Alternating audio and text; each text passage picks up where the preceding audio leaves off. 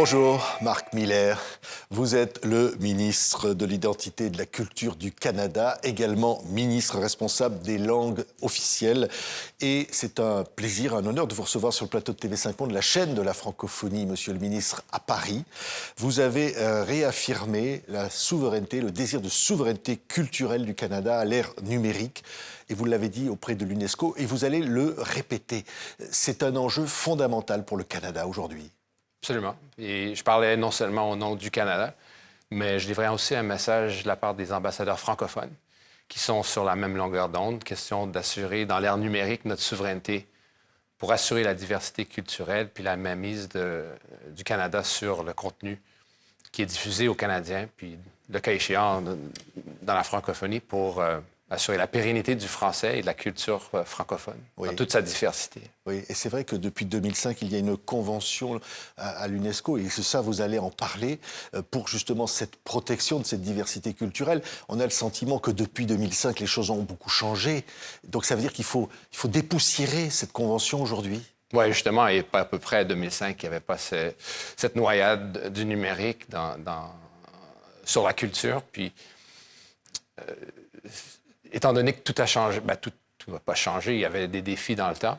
Le Canada était chef de file pour s'assurer qu'on protégeait la souveraineté sur notre diversité culturelle. Mais oui, effectivement, ça a changé. Le numérique nous noie avec du contenu. C'est du contenu qui se propage sur le plan mondial. Donc, qui dit cette propagation au niveau mondial implique qu'il faut une coordination qui est vraiment transnationale. Donc, ça prend les États qui se responsabilisent, puis on est prêt à le faire avec la France, avec l'Union européenne, puis les États qui veulent bien assurer avec nous cette souveraineté sur leur propre culture. Oui, vous avez été l'un des premiers signataires de cette convention de 2005. Vous êtes membre fondateur. Au fond, ça vous donne une responsabilité particulière, vous le disiez, d'entraîner les autres. Le Québec est avec vous dans ce combat. Oui, absolument. Québec, oui, qui, avec nous, protège la réalité francophone de la nation québécoise.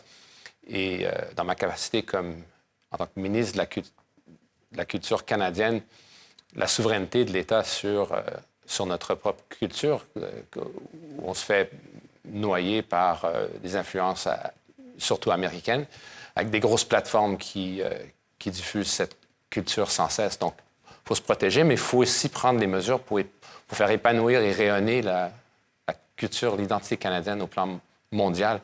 Donc, d'où ce besoin de travailler, évidemment, oui, avec le Québec, mais avec tous les États qui ont à cœur cette protection de la culture. Oui, c'est vrai que vous voulez défendre fermement le droit des États à protéger leur culture et la diversité des voix qui forgent l'identité, en particulier l'identité canadienne.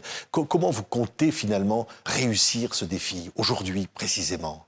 Ce n'est pas de donner d'avance. Et puis, il faut admettre qu'il y a beaucoup de vents qui soufflent à contre-courant contre l'organisation ou les États qui veulent s'allier pour s'assurer qu'ils protègent leur culture, l'influence qui est peut-être suffocante des plateformes numériques, c'est la réalité. Le principe de base, c'est de s'allier avec les artistes, les créateurs de contenu qui vivent cette réalité au quotidien, puis de s'assurer que c'est eux qui rayonnent et qu'ils ont l'appui de l'État, l'appui des Canadiens pour faire rayonner cette réalité. Et évidemment, comme je l'ai souligné dans l'ère numérique, il faut s'organiser au plan international. Alors, on est prêt à jouer notre rôle comme pays fondateur de ce protocole. C'est l'identité canadienne qui est en jeu. Oui. Dans le cas de la France, c'est l'identité française. Dans le cas de la Belgique, c'est l'identité belge, dans toute leur diversité. Donc, chaque État a son rôle à jouer, mais il faut qu'on travaille ensemble. C'est ça l'importance d'un protocole. On peut se demander quel est le rôle de l'UNESCO dans la régulation, la réglementation de l'IA. Et je pense que quand ça vient la défense de la culture, ce rôle est très pertinent. Oui. Il y a un fonds culturel, un fonds international pour la diversité culturelle, et vous avez abondé 300 000 $, sur 2 ans, là, pour justement un plan pour l'intelligence artificielle, vous l'avez dit, et pour la culture. C'est vraiment c'est opérationnel désormais, là. Oui, on sait que l'UNESCO a des défis financiers et qu'il a son rôle. Pour le renforcer, ça prend des fonds et on est prêt à les donner, dans l'occurrence 300 000 $ dans cette enveloppe, mais dans plusieurs autres. Oui, les enjeux, évidemment, côté des artistes, c'est la découvrabilité des contenus.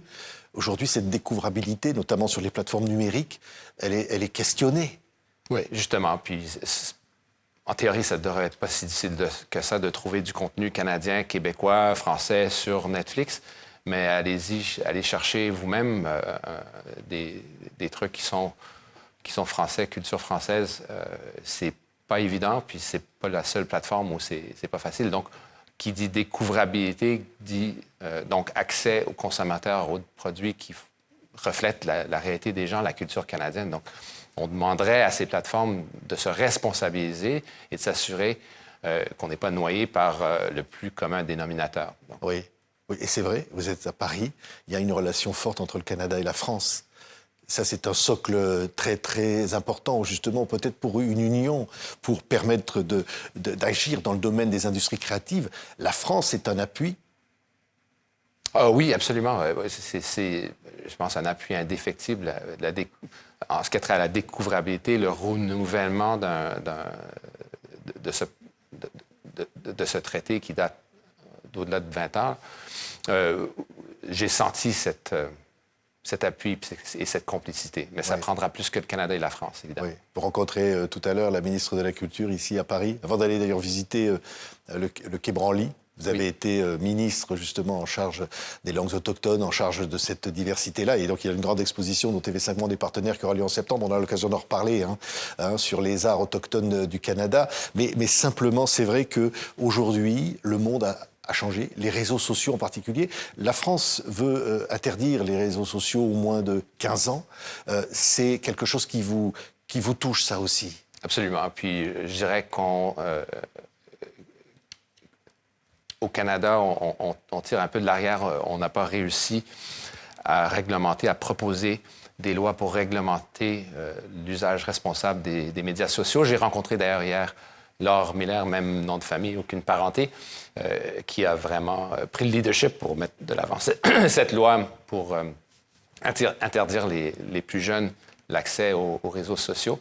Ça prend plus qu'une interdiction. Évidemment, au Canada, on est en train de réfléchir sur un projet de loi peut-être qui interdirait l'accès à certains jeunes, 14 et moins, et de responsabiliser les plateformes numériques quant aux préjudices qu'ils peuvent subir ceux qui consomment le produit de ces plateformes, notamment ce qui a trait à la haine, au terrorisme,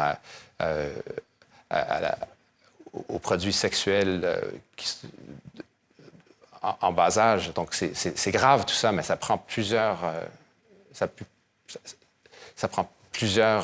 initiatives de part et d'autre pour s'assurer qu'il y a une responsabilité de ces plateformes, de s'assurer que ce contenu est quand même convenable, surtout pour protéger nos jeunes. Oui, alors c'est vrai que plus largement, les contenus francophones, évidemment, c'est aussi important. La défense de la francophonie, l'Organisation internationale de la francophonie, en fin d'année, il y a le sommet au Cambodge, le sommet de la francophonie. Et vous êtes candidat, je crois, pour qu'en 2028, le sommet ait lieu au Canada. Oui, à Ottawa, dans la capitale nationale. Donc, on souhaite attirer les gens, tous les membres de la francophonie à Ottawa en 2028. C'est pas gagné d'avance, mais on fera notre effort pour s'assurer que ça soit à Ottawa. Oui. Et pourquoi vous diriez c'est important que ce sommet ait lieu là-bas? D'abord, des opportunités, des rencontres. Quel est l'enjeu d'un sommet comme ça qui pourrait avoir lieu au Canada? Ben, d'un, c'est notre langue officielle, donc important de s'assurer qu'on ait des alliés au niveau international. Et de deux, cet effort constant de faire rayonner le français à travers non seulement le Canada, mais à travers le monde. Donc, je pense que c'est naturel pour nous de vouloir organiser ce sommet de la francophonie parce que nous avons, évidemment, au-delà de la langue, des enjeux qui sont communs. Et quoi de mieux qu'un sommet pour s'assurer qu'on soit tous sur la même longueur d'onde? Oui. TV5 Monde est un élément, évidemment, dans votre stratégie. Vous êtes ici sur TV5 Monde, on est très heureux, Monsieur le Ministre, pour la défense comme ça de cette diversité. C'est un outil.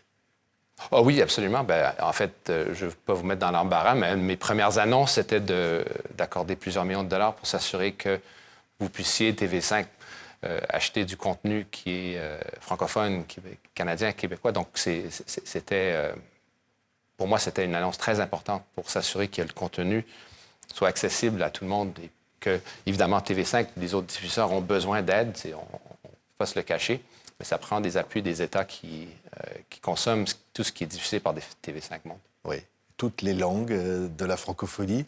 Le Mohawk, vous connaissez cette langue? Oui, Kanien'kehá:ka, oui. Ce qui est vrai, c'est que vous avez été, je le dis, et c'était historique, le premier ministre à accomplir ce geste historique en 2017, de faire une déclaration dans cette langue autochtone devant la Chambre des communes et au Sénat. Ça ne s'était jamais vu?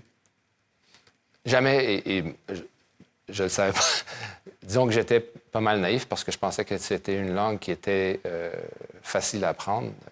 Je peine aujourd'hui encore à pouvoir m'exprimer de façon convenable. Je le parle de façon rudimentaire, mais je continue de l'apprendre. C'est une langue qui est parlée de façon courante par seulement 2000 personnes. Donc, c'est une fraction de la population canadienne, encore une fraction de la population de gens qui s'identifient comme Mohawk. Donc, une langue en péril, mais ça me donne beaucoup de plaisir de l'apprendre. C'est une langue qui est très riche, expressive, des mots, des expressions, des tournures qui existent en français et en anglais. Vous en avez quelques exemples? C'est une langue qui frappe l'imaginaire, donc très colorée. Par exemple, je vous dis « c'est goskanago », ça veut dire bonjour, puis bonjour, ça veut dire bonjour. Mais pour eux, ça veut dire est-ce que vous êtes toujours en paix? Sego, ça veut dire encore. Quand on vous dit ona, ça veut dire maintenant. Mais la vraie, ça c'est pour dire au revoir. Mais on vous dit ona, orant ou tantitiatak, ça veut dire jusqu'à la prochaine fois où je vais vous voir. Donc, un au revoir, c'est plus qu'un au revoir, c'est toute une expression qui frappe l'imaginaire. En tout cas, moi, c'est une langue que je trouve très, très belle, puis je continue de l'apprendre, mais force est de constater que c'est pas facile. Oui, oui, on vous souhaite courage. Merci beaucoup, monsieur le ministre. Et voilà, ce serait le mot de la fin. Vous avez dit tout ça dans cette magnifique langue qui fait partie de la diversité, évidemment, de la culture du Canada et de la francophonie au sens large. Merci beaucoup, Marc Miller, donc ministre de l'Identité et de la Culture du Canada et ministre aussi responsable des langues officielles, d'avoir été notre invité aujourd'hui sur TV5 Monde. Je vous remercie.